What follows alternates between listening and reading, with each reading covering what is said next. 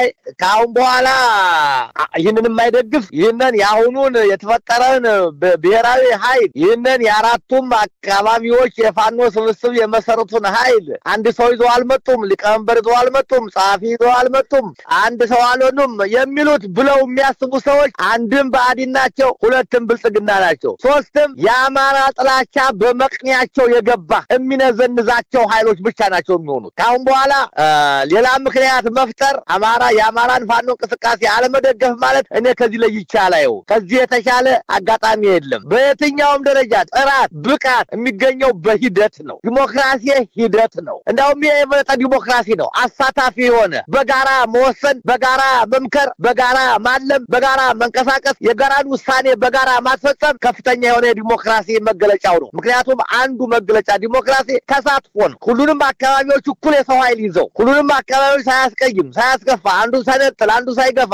አንተ የታሽ አንተ ሳይል ሁላችንም በጋራ ወስነን በጋራ እንራመድ ማለት ከፍተኛ የሆነ ዲሞክራሲ ተሳትፎ መገለጫ ነውና የዲሞክራትም ነው ትክክልም ነው ወቅታዊም ነው ይህንን እንቅስቃሴ የሚቃወም ኃይል ካሁን በኋላ የህፃን ተወልዷል በከፍተኛ ምጥ የአማራ ልጅ አምጦ የወለደው ድርጅት ነው ለዚህ ድርጅት እንክብካቤ እስትንፋስ ነው መሆን ያለብን እንጂ ተቃቀን ነገሮች እየተነሱ ባራገብ ከጠላት ተለይቶ አይታይም እና ምክንያት ይኖረዋል ብያላም የለየለት ተራ አማራ ካልሆነ በስተቀር የለየለት ባዕዲን የለየለት ኦሮሞማ ካልሆነ በስተቀር ይህንን የሚቃወም ኃይል ይኖራል ብያላም እነዚያ ግን ስራቸው ነው የባዕዲን ሰዎች የኦሮሞማ ሰዎች የአማራ ጥላቻ ያለባቸው ግለሰቦች ከትናንት እስከ ዛሬ እነሱ ከመቃወም ይመለሳሉ ብያላም ለነሱ ግን ጆሮ አንሰጣቸው አስፈላጊ ሲሆን ግን ድባቅ የሚመታ በታሪክ ላይ ውሸት ሰርተን አይደለም ታሪካቸውን እውነቱን በመናገር አንገራቸውን ማስደፋት ነው የሚጠበቀው እና እኔ በዚህ ዙሪያ ላይ አሁን ነው በውጭ ያለው አማራ የቀረ ሳይ እኔ ሸዋ ነኝ እኔ ጎንደር ነኝ ሳይል እኔ አማራ ነኝ ያሉት እነሱ ልባል የአማራ ብሔራዊ ኃይል ነው ያሉ እንጂ የወሎ የሸዋ የጎጃም አላሉ ለዚህ ለአንድ ድምጽ ልንቆም ይገባል አማራ የሆነ አሁን እንደ አካል ግን ካሁን በኋላ ተደራይቶ በፋኖ እንቅስቃሴው ከዚህ ዓላማ ተቃራኒ ሆኖ የቆመን ኃይል በአንድ ክልል በአንድ ህዝብ ስም በአንድ ቀፎ ውስጥ አንድ ንጉስ አንዲት ንግስት እንደሚተቀበሉ በዚህም በኋላ የአማራው መሪ የአማራ ፋኖ ብሔራዊ ኃይል ነው ከዚህ ውጭ ያሉት ጥሪውን ተቀብለው መቀላቀል አበዚያ ሜዳውን መልቀቅ ይህንን በሁለት መንገድ ማድረግ ይቻላል አንደኛ ፈቶ በመቀበል ዓላማቸው ግልጽ ከሆነ እውነት ከሆነ ለአማራ የቆሙ ከሆነ ከብዙሃኑ ጋር መቀላቀል የብዙሃኑ ውሳኔ ተገዥ መሆን መቻል አለባቸው በዚያ መልኩ እምቢ ከሆነ ግን አሁን እኮ ፋኖ ከሆነ ኃይል ሆነ የግድ የመንግስት ፖለቲካ ስልጣን ያላዘ መንግስት ሆነ የመንግስት እኮ ኃይል አንዱ ቫዮለንስን ኃይልን መጠቀም ነው ስለዚህ ፋኖ ኃይልን የመጠቀም መብት አለው አሁን እስካሁን ካቱም ህልውናው ሊያስጠብቅ የተነሳው በኃይል ነው እና በዚህ መልክ ያልመጡትን በኃይል ልክ ያረጋቸዋል ብዬ አስባለሁ እንጂ መናገር መጻፉንማ እንዴት ታስቀመዋለህ በዚህ በዲጂታል ዘመን ያን ሐሳብ ፈጽሞ ማስቀረት አይቻልም ግን ኃይል ሆኖ እንዲወጣ ግን አይችልም አንድ ሰው ሁለት ሰው ስላወራ ዓለም ተንቀጠቀጣለች ማለት አይደለም ኃይል ሆኖ የማይወጣበት ምክንያት ተሰብሯል አሁን ያም የተፈተኑት ልጆቹ ድርጅት ፈጥረው መጥተዋል ባንድ ላይ አማራንን ብለው የአማራ ህልውና ያስፈልገናል ብለው አማራን ብቻ ሳይሆን ኢትዮጵያ የገባችበትን የበተና አደጋ እንታደጋለን ብለው ለቀሩትም ነገድና ጎሳዎች ጥሪ አድርገው ተነስተዋል ስለዚህ ተናስልን ተከበራችሁ የብሬዲዮ ቤተሰቦችና አድማጮች በወቅታዊ ጉዳይ እንድንወያይ እንደወትሮ ሁሉ አቶ ተክሌሻውን ጋብዘናል አቶ ተክሌሻው እንግዲህ በአማራ ህዝብ ውስጥ በተለያዩ ስራዎቻቸው ይታወቃሉ በተለይም የአማራ ህዝብ አማራ ጠሉ ኃይል ይፈጥርበት የነበረውን ጫናና የዘር ማጥፋት እርምጃዎች በተመለከተ በተከታታይ ከማጋለጥ አልፎ ሞረሽ ወገኔን በማቋቋም ወደ ኢትዮጵያ የሚገባ ሬዲዮ በማቋቋም ጭምር የአማራ ህዝብ ነቅቶ ራሱን የሚከላከልበት ጠላቶቹን በአግባቡ እንዲገነዘብ ከፍተኛ አስተዋጽኦ አድርገዋል ዛሬም በረፍት ጊዜያቸው የአማራ ህዝብን የህልውና ተጋድሎ በቅርብ ከሚከታተሉና የተለያዩ ሐሳቦችን ከሚያመለክቱ አንዱ ናቸው ዛሬም ባለው ወቅታዊ ሁኔታ በተለይም ትላንት ይፋ በተደረገው የአማራ ፋኖ ብሔራዊ ኃይል አፋብሃ የቋራ ቃል ኪዳንና የጋራ አመራር የተሰየመበትን ሂደት በተመለከተ አጠቃላይ ከአማራ ህዝብ ጥያቄ አኳያ መግለጫውን እንዴት እንዳገኙት ሂደቱ ምን ይሆናል የሚለውን እነዚህን ጉዳዮች አንስተን እንወያያለን አስተያየቶች ለማንሳት እንሞክራለን የፕሮግራሙ አዘጋጅ ሀብተማ ሰፋነኝ እስከ ውይይታችን ፍጻሜ አብራችሁ እንድትቆዩ በአክብሮት ጋብዛለሁ። ጤና ይስጥልኝ ጋሽ ተክሌ። እርግጥ ነው በአስቸጋሪ ሁኔታ ውስጥም ሆነው በዚህ ጉዳይ አስተያየት ለመስጠት ፈቃደኛ ሆነው ስለመጡ ከልብ አመሰግናለሁ። እንደምሰነበቱ እንኳን በድጋሚ ተገናኘን። እግዚአብሔር ይመስገን ወንድሜ ሀብታሙ፣ ለአንተም ለአድማጮችም ለህብር ሬዲዮ ተከታታዩም ከልብ አመሰግናለሁ። ደህና ነኝ፣ እግዚአብሔር ይመስገን፣ በጣም ደህና ነኝ እኔ ጌታ። ከልብ አመሰግናለሁ ጋሽ ተክሌ። እንግዲህ የፋኖ አንድነት ጉዳይ በተደጋጋሚ ሲነሳ ነበር። አንድ ድርጅት ተዋልዷል። የቋራ ቃል ኪዳን ትላንት በሰጡት መግለጫ አማራ ፋኖ ብሔራዊ ኃይል ማዕከላዊ ኮማንድ አቋቁመው 13 አባላት ያሉት ከአርበኛ ዘመነ ካሴ ጀምሮ የተለያዩ በትግል ውስጥ የሚታወቁ ሀብቴ ወልዴ፣ አርበኛ ምሬ ወዳጁ፣ አርበኛ ደሳለኝ ሲያስብ ሸዋን ጨምሮ 13 ሰዎች ያሉበት ማዕከላዊ ኮማንድ አቋቁመው መግለጫ ሰጥተዋልና በተደጋጋሚ ቀደም ሲል አታጣድፏቸው በኋላ ደግሞ አይ የለም አሁን ጊዜው ነውና አሁን አንድ ድርጅት ይዘው መምጣት አለባቸው የሚሉ ጥሪዎች ነበሩና መግለጫው እንዴት አገኙት? ሂደቱን እንዴት ነው የተከታተሉት? እኔ በእውነቱ እንደው ደስታዬ ወሰን አልነበረውም። አንድ ድርጅት ይዞ መውጣታቸው የአማራ እንዳይሆንም ወደ ጎጥ ወርደዋል፣ ተከፋፍለዋል የሚለውን ከመስመር በላይ የአራት ሎጎ ይዘው የጎንደር ፋኖ እንዲያደረገ የሸዋ ጎንደር የሚለውን የአካባቢው ልዩነትን የሚያጎላውን ነገር ሰብረው አንድ አማራ ሆነው በመውጣታቸው በጣም በጣም በጣም በጣም ደስ ብሎኝ የሚፈለገውም ይሄ ነበር። ሁለተኛ እንደው ብዙ ሰው ምስጢሩን ሳያውቅ በጠነከረ በጥብቅ ምስጢር ይዘው ቋራ ላይ መሰብሰባቸው የቋራ መግለጫ ብሎ ማውጣታቸው ይሄ ወደ ኋላ ተመልሼ ቴዎድሮስ የኢትዮጵያን አንድነት ሲያመጣ ቋራ አሸፍቶ ነው፣ ቋራ ሆኖ ነው የቀረውን አንድነትን የፈጠረ የቀረው ያህል ያንበረከከ። ስለዚህ ከዚያ ታሪክ ጋርም ስለተያያዘ እኔ አንደኛ ምስጢሩ ተጠብቆ መቆየቱ አካባቢው፣ ሁለተኛ የአካባቢ ለኢትዮጵያ አንድነት መሰረት የጣለበት የቴዎድሮስ ፈለግ በመከተላቸው፣ ሶስተኛ አካባቢው ለሱዳን ለውጭ ድንበርን ቅርብ በመሆኑ ስትራቴጂክ የሆነ ቦታ መርጠዋል ብዬ አስባለሁ። ያ ለኔ የተለየ ትርጉም ሰጥቶኛል። ሁለተኛ የተደጋግሞ የተለያዩት ጸረ አማራው ቡድን የኦሮሞማው ቡድን በአጠቃላይ የምትላቸው የአማራው አንድነት የማይፈልጉ ኃይሎች እንዲህ ናቸው ይሉት የነበረውን ሰብረው ብልህነት በተሞላው እኔነት ሳይኖር የጋራ ኃይል መመስረታቸው የጋራ አመራር በጣም ተገቢ ነው። የጋራ አመራር ዛሬ ብቻ አይደለም በየትም ዓለም የነበረ ህወሓት እስካሁን መጨረሻ ተቅርብ ጊዜ ድረስ መሪዎቹ አይታወቁም ነበረ። የቡድን አመራር ነበረ እና የነባር ብስለት ነው፣ መመካከር ነው፣ መቻቻል ነው እና ደግሞ ለበለጠ ለጥራት ወደፊት አንድ ሰው ሁለት ሰው ሶስት ሰው ስንል እኮ እንደው ለመሰብሰብ ነው አንድ ሰው የሚፈለገው እንጂ እዚያ ተቀረቀ የቡድን ስራ ነው፣ የፓርቲ ስራ የቡድን ስራ ነው፣ የኮሚቴ ስራ ነው። ለዚያ ማን የትኛው ቦታ ይመቻል?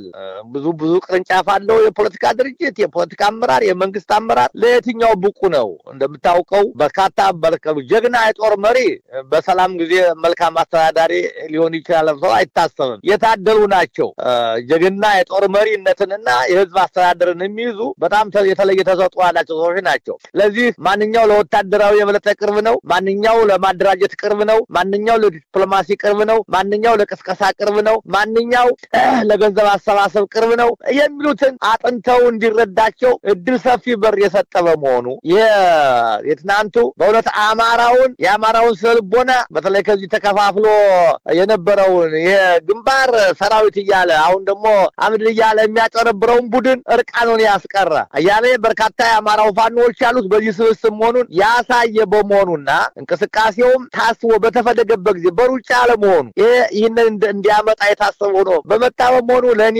ደስታዬ አንዲት እናት ምትይዛ ልጁን ስትታቀፍ የሚሰማ ስሜት ነው የተሰማኝ። ትልቅ እፎይታ ነው የተሰማኝ። ትልቅ ስራ ተሰርቷል ብዬ ነው የማምነው። ይህን እንግዲህ ማጠናከር ነው። ወደኋላ እየሄዱ ከታሪክ መማር ነው ያለብን እንጂ በታሪክ እስረኛ መሆን የለብንም። ከታሪክ ነው መማር። ከዚያ ጥሩና ደጉን ነው መለየት ያለብን እና የትኛው ጥሩ ነው የትኛው መጥፎ ነው የሚለውን እየለየ በውይይት እየተለያዩ ጠንካራ የሆነ ህዝብ የብሔራዊ ኃይሉን አጠናክረው አማራን ከስር የሚፈታ የአማራን ነጻነት የአማራን ህልውና የሚያረጋግጥ ጠንካራ ኃይል ሆነው እንደሚወጡ ተስፋ ሰጥተውኛል። እግዚአብሔር ይባርካችሁ፣ እድሜያችን ይስጥ ነው የምለው ወንድሜ ሀብታሙ። ከልብ አመሰግናለሁ ጋሽ ተክሌ። እንግዲህ እንደተባለው የአብይም ከአብይ ጋር የሚታከከውም ጎራ በተለያየ መንገድ እንግዲህ ይሰሙ የነበሩ ቅስቀሳዎች ነበሩ። በአንድ በኩል ኢትዮጵያን ተሻግረው ሱዳን ያሉት ኤርትራን ያሉት ከሚል ጀምሮ አይስማሙም ነከሌ መሪ ካልሆነም ብለው ተበትነዋል እንዲህ የሚል አስቀድሞ የተሰጠ አጀንዳ የውስጥም የውጭም ፈተናዎች የነበሩበት ሂደት አለና ያንን ተራምዶ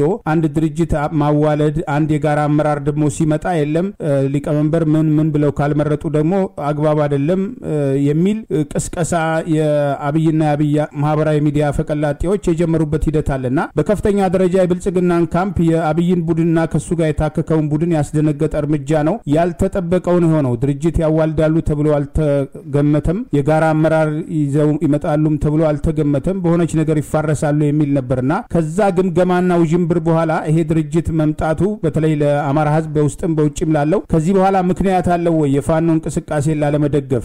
አይ ካሁን በኋላ ይህንን የማይደግፍ ይህንን ያሁኑን የተፈጠረን ብሔራዊ ኃይል ይህንን የአራቱም አካባቢዎች የፋኖ ስብስብ የመሰረቱን ኃይል አንድ ሰው ይዘው አልመጡም፣ ሊቀመንበር ይዘው አልመጡም፣ ጸሐፊ ይዘው አልመጡም፣ አንድ ሰው አልሆኑም የሚሉት ብለው የሚያስቡ ሰዎች አንድም ብአዴን ናቸው፣ ሁለትም ብልጽግና ናቸው፣ ሶስትም የአማራ ጥላቻ በመቅኒያቸው የገባ የሚነዘንዛቸው ኃይሎች ብቻ ናቸው የሚሆኑት። ካሁን በኋላ ሌላ ምክንያት መፍጠር የአማራን ፋኖ እንቅስቃሴ አለመደገፍ ማለት እኔ ከዚህ ላይ ይቻላል። ከዚህ የተሻለ አጋጣሚ የለም። በየትኛውም ደረጃ ጥራት ብቃት የሚገኘው በሂደት ነው። ዲሞክራሲ ሂደት ነው። እንደውም የበለጠ ዲሞክራሲ ነው። አሳታፊ የሆነ በጋራ መወሰን፣ በጋራ መምከር፣ በጋራ ማለም፣ በጋራ መንቀሳቀስ፣ የጋራን ውሳኔ በጋራ ማስፈጸም ከፍተኛ የሆነ የዲሞክራሲ መገለጫው ነው። ምክንያቱም አንዱ መገለጫ ዲሞክራሲ ተሳትፎ ነው። ሁሉንም አካባቢዎች እኩል የሰው ኃይል ይዘው ሁሉንም አካባቢዎች ሳያስቀይም ሳያስከፋ አንዱ ሳይነጥል አንዱ ሳይገፋ አንተ በታች አንተ ሳይል ሁላችንም በጋራ ወስነን በጋራ እንራመድ ማለት ከፍተኛ የሆነ የዲሞክራሲ የተሳትፎ መገለጫ ነውና የዲሞክራትም ነው፣ ትክክልም ነው፣ ወቅታዊም ነው። ይህንን እንቅስቃሴ የሚቃወም ኃይል ቅድም በያለው አንድም ብአዴን ነው፣ አንድም ኦሮሞማ ነው፣ አንድም የአማራ ጥላቻ ሰርስሮ የገባው በመቅኔው ያለ ግለሰብና ቡድን ነው። ይህንን ማጣጣል መቃወም ማለት ከማንም አይደለም። ደሞም መጠበቅ አለብን። እኒህ ሰዎች እስትንፋሳቸው እስካለ ድረስ ይህን መቃወማቸውን ይቀጥላሉ። ለነዚያ ጆሮ አንሰጥም። አስፈላጊ የሆነውን ነገር መሰረታዊ የሆነ ነገር ሲነኩ ተገቢውን መልስ መስጠት፣ እዛ የተረፈ በራሳችን ፕሮግራም በራሳችን ዓላማ በራሳችን አጀንዳ ዙሪያ መቀጠል ነው እንጂ አበበ እንዲህ ያለ ከበደ እንዲህ ያለ የዝም ብሎ ተከፋይ ሁላ በሚለፈልፈው አጀንዳ እናረጋቸው አንሰጥም። በፕሮፓጋንዳ ዓለም ዝምታ ራሱ ፕሮፓጋንዳ ነው። የትናንሽ ሰዎች ተነስተው የሚለፈልፉትን እከሌ እንዲህ ያለ ያ ለዚያ ጆሮ መስጠት የለብንም። ጆሮአችን አሁንኛ አጀንዳ መስጠት በሰው አጀንዳ መግባት የለብንም እና በዚያ ከተጓዝነ የፋኖን እንቅስቃሴ እያጠናከርነ የሚጎላቸው የነው ችግር መዘፍዘፍ አይደለም የሚያስፈልገው። ችግሮች ይታወቃሉ፣ ብዙ ሰው ይናገራቸዋል። የሚያስፈልገው መፍትሄ ነው። ከችግር ተነስቶ መውጫ መንገዱን ኃይላቸው የሚጠነክርባቸውን ዲሞክራሲያዊ ስራቸው የሚሰራባቸውን የተሻለ ህዝብ ግንኙነት የሚያገኙበትን መንገድ የተሻለ ትጥቅ የተሻለ ስንቅ የተሻለ መረጃ የተሻለ ዕውቀት የተሻለ አደረጃጀት የሚያገኙበትን መንገድ ማቅረብ ነው ማለት ነው። እንዲህ ካደረጋችሁት ማለትም ትክክል አይደለም፣ እንዲህ ብታውት እንዲህ ቢታይ እንዲህ ይባላል እያለው ሐሳብ መስጠት ነው እንጂ እኔ ያልኩት ካልሆነ እንዲህ ብያቸው ነበረ እንዲህ አላደረጉም እሱ አይሰራም። የጥራት ፕሮፓጋንዳ ነው። ካሁን በኋላ ይህ ህፃን ተወልዷል። በከፍተኛ ምጥ የአማራ ልጅ አምጦ የወለደው ድርጅት ነው። ለዚህ ድርጅት እንክብካቤ እስትንፋስ ነው መሆን ያለብን እንጂ ጥቃቅን ነገሮች እየተነሱ ማራገብ ከጠላት ተለይቶ አይታይም እና እኔ ምክንያት ይኖረዋል ብዬ አላምንም። የለየለት ጸረ አማራ ካልሆነ በስተቀር የለየለት ብአዴን የለየለት ኦሮሞማ ካልሆነ በስተቀር ይህንን የሚቃወም ኃይል ይኖራል ብዬ አላምንም። እነዚያ ግን ስራቸው ነው። የብአዴን ሰዎች፣ የኦሮሞማ ሰዎች፣ የአማራ ጥላቻ ያለባቸው ግለሰቦች ከትናንት እስከ ዛሬ እነሱ ከመቃወም ይመለሳሉ ብዬ አላምንም። ለነሱ ግን ጆሮ አንሰጣቸው።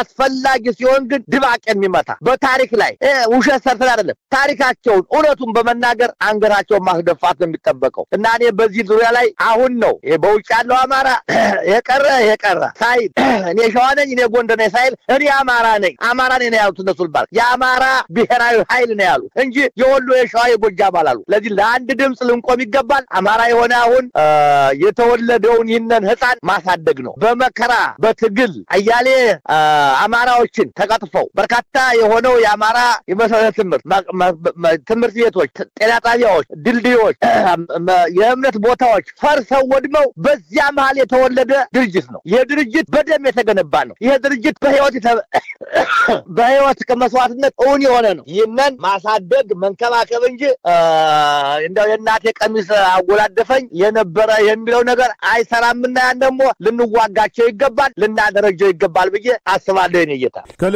ከልብ አመሰግናለሁ ጋሽ ተክሌ። እንግዲህ በዚህ መግለጫ ለአማራ ህዝብ ህዝብም ለኢትዮጵያ ህዝብም ከአብይ አህመድ ጋር እየወደቀ እየሞተ ካለው ስርዓት ጋር ለተሰለፉና በተቃራኒ ወገን ላሉም ጠመንጃ አንስተው ለአማራ ህዝብ በሚል ፋኖ ብለው ወጡና ዛሬም ድረስ በተለያየ አደረጃጀት ውስጥ ደግሞ ያሉ እንዲቀላቀሏቸው ጥሪ ያቀረቡበት ሂደት አለ። ሌላው እንግዲህ የዲያስፖራ ነው። ምናልባት የዲያስፖራውን ወደ ኋላ ላይ ያነሳዋለው የቀረቡትን ጥሪዎችና በተለይ ደግሞ በፋኖ ስም ጠመንጃ አንስተው ወጡ በዚህ አደረጃጀት ስር የሌሉ እንዲቀላቀሏቸው ጥሪ አቅርበዋል። ከዚህ በኋላ ይሄን ድርጅት ተራምዶ እኔ ፋኖ ነኝ ወይም የፋኖ እንቅስቃሴ ነው በዚህ ኃይል ውስጥ አለሁ ብሎ መናገር የሚቻልበት እድል አለ ወይ? አይ መናገርን መከልከል አንችልም። እንዳልከው ዛሬ ሰው ሁላ መናገሪያው ሆጁ ላይ ነው ያለ፣ ከመዳፉ ላይ ነው ያለው።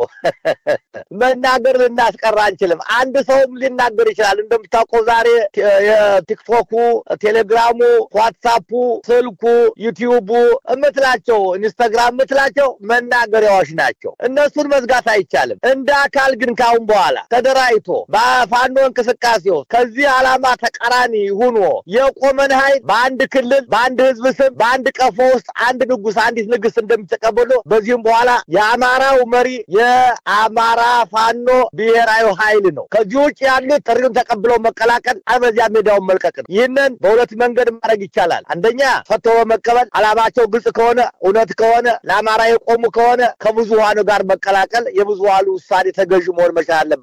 በዚያ መልክ እምቢ ከሆነ ግን ከህወሓት እንማራለን፣ ከሻዕቢያ እንማራለን፣ ከተለያዩ ድርጅቶች እንማራለን። አሁን እኮ ፋኖ እኮ አሁን ኃይል ሆነ። የግድ የመንግስት ፖለቲካ ስልጣን ያላዘ መንግስት ሆነ። የመንግስት እኮ ኃይል አንዱ ቫዮለንስን ኃይልን መጠቀም ነው። ስለዚህ ፋኖ ኃይልን የመጠቀም መብት አለው አሁን እስካሁን። ምክንያቱም ህልውናውን ሊያስጠብቅ የተነሳው በኃይል ነው እና በዚህ መልክ ያልመጡትን በኃይል ልክ ያደርጋቸዋል ብዬ አስባለሁ እንጂ መናገር መጻፉንማ እንዴት ታስቀመዋለህ? በዚህ በዲጂታል ዘመን ያን ሐሳብ ፈጽሞ ማስቀረት አይቻልም። ግን ኃይል ሆኖ እንዲወጣ ግን አይችልም። አንድ ሰው ሁለት ሰው ስላወራ ዓለም ትንቀጠቀጣለች ማለት አይደለም። ኃይል ሆኖ የማይወጣበት ምክንያት ተሰብሯል። አሁን ያም የተፈተኑት ልጆቹ ድርጅት ፈጥረው መጥተዋል በአንድ ላይ አማራንን ብለው የአማራ ህልውና ያስፈልገናል ብለው አማራን ብቻ ሳይሆን ኢትዮጵያ የገባችበትን የበተና አደጋ እንታደጋለን ብለው ለቀሩትም ነገድና ጎሳዎች ጥሪ አድርገው ተነስተዋል። ስለዚህ አማራው ብቻ ሳይሆን ሌላውም ባሌው፣ አፋሩ፣ ጉራጌው፣ ሀዲያው፣ ከምባታው፣ ወላይታው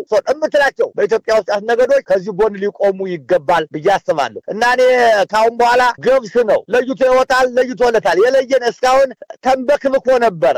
አሁን ለየ። ይህን የለየን ኃይል በለየ ጉልበት እንታገለዋለን እና የአማራ ፋኖ ብሔራዊ ኃይል አሸናፊ ሆኖ ወጥቷል። ያሸንፋል ደግሞ እንደየውም ማየው። ከልብ አመሰግናለሁ። ሌላው እንግዲህ ለፋኖ ትግል አንዱ እንቅፋት ተደርጎ ይነሳ የነበረው ያው ዲያስፖራ ውስጥ ያሉ የተለያዩ አደረጃጀቶች በፋኖ ስም የሚነግዱ ግለሰቦች ሚዲያ አለን በሚል ከዚህን ትግል እናፈርሳለን በሚል የተለያዩ እንቅስቃሴዎች ሌላው ቀርቶ የኃይል አዛዦች እንመድባለን እኛ ካልገባንበትና እኛ ካልሾምን ይፈርሳል እስከማለት የተደረሰበት ሂደት አለ። አጠቃላይ እንግዲህ እኛን ጨምሮ ለሚዲያዎችም ጥሪ ቀርበዋል፣ ለዲያስፖራ አደረጃጀቶችም ጥሪ ቀርበዋል። ለዲያስፖራው ጠቅላላ እንደው ካለፈው ስህተት መማር አይቻልም ወይ? አለፈው የተሄደበት መንገድ የፋኖን አንድነት ለማምጣት የራሱ ፈተና እንደነበረበት ይታወቃልና ከዛ ሂደት ውስጥ ይሄን ጥሪ ተከትሎ መውጣት ይቻላል ወይ?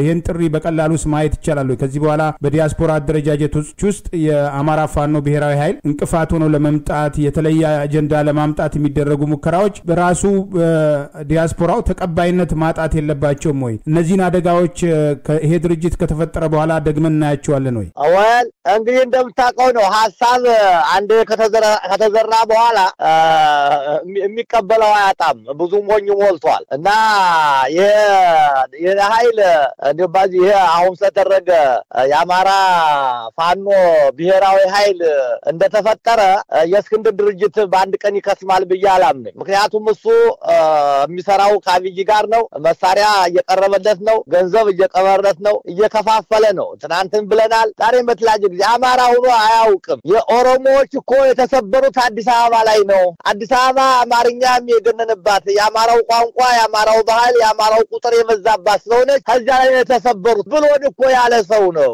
የአፄ ዳዊትን ከተማ በራራን እቴጌ ጣይቱና አፄ ምኒልክ አዲስ የገነቧትን አገር ለአንድ ነገር ሰጥቶ እዚያ ተሰብሯል ብሎ ጠላት የገዛልን ነው። እኔ አማራ አይደለሁም ያለን እኮ ሰው ነው። ለአማራ የተለየ እንትን የለኝም ያለ ሰው ነው። እዚህ ሰውዬ ግዥ ነውና ገዢዎቹ እስካሉ ድረስ ይቀጥላል። ይሄ ሐሳብ በውጭም እሱ የገዛቸው በገንዘብ በአማራ ህዝብ የተሰበሰበን ገንዘብ ተጠቃሚ በመሆኑ እስካሁን ይሄ ነገር በአንድ ቀን ይከስማል ይከስማል ብዬ አላምንም። ግን አብዛኛው ከመሃል ይዋል የነበረው አንዱ ነው ካልመጡ እንዲህ አናረግም ይል የነበረው ምክንያቱ አሁን ተቆርጧል። አሁን አንዱ ነው መለየት አለበት። ይሄ ለይተን የምንዋጋበት ጊዜ ነውና በሂደት የሚከስም ነው።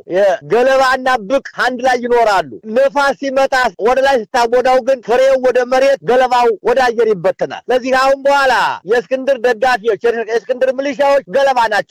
በምንም ታምር ከዚህ እንቅስቃሴ ሊቆሙ አይችሉም። ችግር አይፈጥሩም ማለት ያልኩ ግን አይደለም። ችግር ይፈጥራሉ። ያን ችግር ግን የሚቋቋም ኃይል ተፈጥሯል። ሊያሸንፉት አይችሉም። ምክንያቱም የአብይን ሰራዊት በርካታ የሆነ የደረጀ የመንግስትነት ስልጣን መንግስታዊ ኃይል የሆነ ወታደር መንግስታዊ ኃይል የሆነ ስለላ ድርጅት መንግስታዊ የሆነ አቅርቦት መንግስታዊ የሆነ ዲፕሎማሲ የያዘውን ኃይል ያንበረከከ ፋኖ አሁን አንዱ ሆኖ የዚህ የሁለት ሰዎችና የሶስት ሰዎች ሴራ ያሸንፈዋል ብዬ አላምንም። እኛ ስራችን በሚዲያው የተሰለፉ አሁን ትልቁ ነገር አጼ ቴዎድሮስ ጦር ከፈታው ወሬ የፈታው ይላሉ። ህዝቡ በወሬ እየተፈታ ነው ያለው። ይህንን በወሬ የሚፈታውን ህዝብ ቀድሞ ከለት መረጃ ማቅረብ ነው። ሁለተኛውን መረጃ ሳይዘገይ ማስተባበልና መጀመሪያ መንገር ይለያያሉ። መጀመሪያ የተነገረ ወሬ ዜና አድማጩ ብዙ ነው፣ አዲስ ብሎ ነው እውነት ሆኖ የሚቀበለው። ኋላ ማስተባበያ ሲሰጥ በጣም አስቸጋሪ ይሆናል። ይህንን የምንቋቋመው በሚዲያ ውስጥ ያለን ሰዎች እነዚህ የአማራ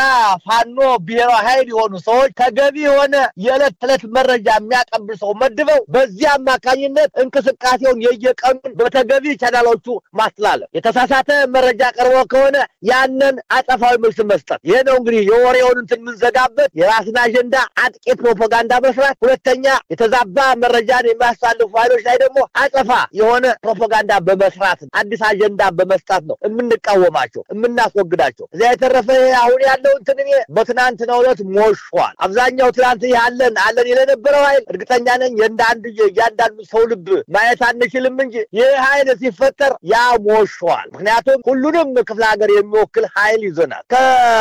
ከእስክንድር ጋር ስንት ሰዎች ናቸው ያሉት? ስንት የሰው ኃይል ያለው እኮ የአብይ ሰራዊት ነው ያለው እኮ የወያኔ ሰላይ ነው። እየተደራደር ነው። ይሄን እያየን ነው። ከዚህ ኃይል ጋር የቆመ አማራ ለአማራ ጥፋት የቆመ ነው። አብይ ተሻገር ተመስገን የምንላቸው የባዕድን ሙትቻዎች የተሰባሰቡን ነው። እንትና ጀርናል ተፈራ የትርፋ እንጀት ይላቸው እውነቱን ነው። ተቆርጠው መጣል ያለባቸው ሰዎች ናቸው። ከዚያ የተለየ አይሆንም እና እኔ እንቅፋት አይፈጥሩም አያስቸግሩም ልልህ አልችልም። ይፈጥራሉ ግን አቅም የለም። የተሽመደመደ ኃይል ነው። ቀደም ሲልም ተሽመድምዷል፣ ራቁቱን ቀርቷል በገዛ ስራው። አሁን ደግሞ የኃይል ጠንክሮ ሲወጣ መቋሚያ የለውም። ካሁን በኋላ ሸዋ አማራ ፋኖ ብሔራዊ ኃይል ውጭ ኃይል ሊንቀሳቀስ አይችል፣ ወሎ ሊንቀሳቀስ አይችል፣ ጎንደር ሊንቀሳቀስ አይችል። ጎጃምማ ምን ጊዜ መሰረት የላቸው። ስለዚህ የጎጃምን ፈለግ ተከትለው ሸዋ፣ ጎንደር፣ ወሎ ያንን ያከስሙታል። በመሬት ውስጥ ከከሰመ ደግሞ ከዚህ በፕሮፓጋንዳው ይከስማል። ይሄ አሁን ያለው እዚያ ላይ ከመግለጫው ላይ ያየዋቸው የዚህ የብዙሃን መገናኛ የሚዲያ ካውንስል የተባለው ጠንክሮ ሰርቶ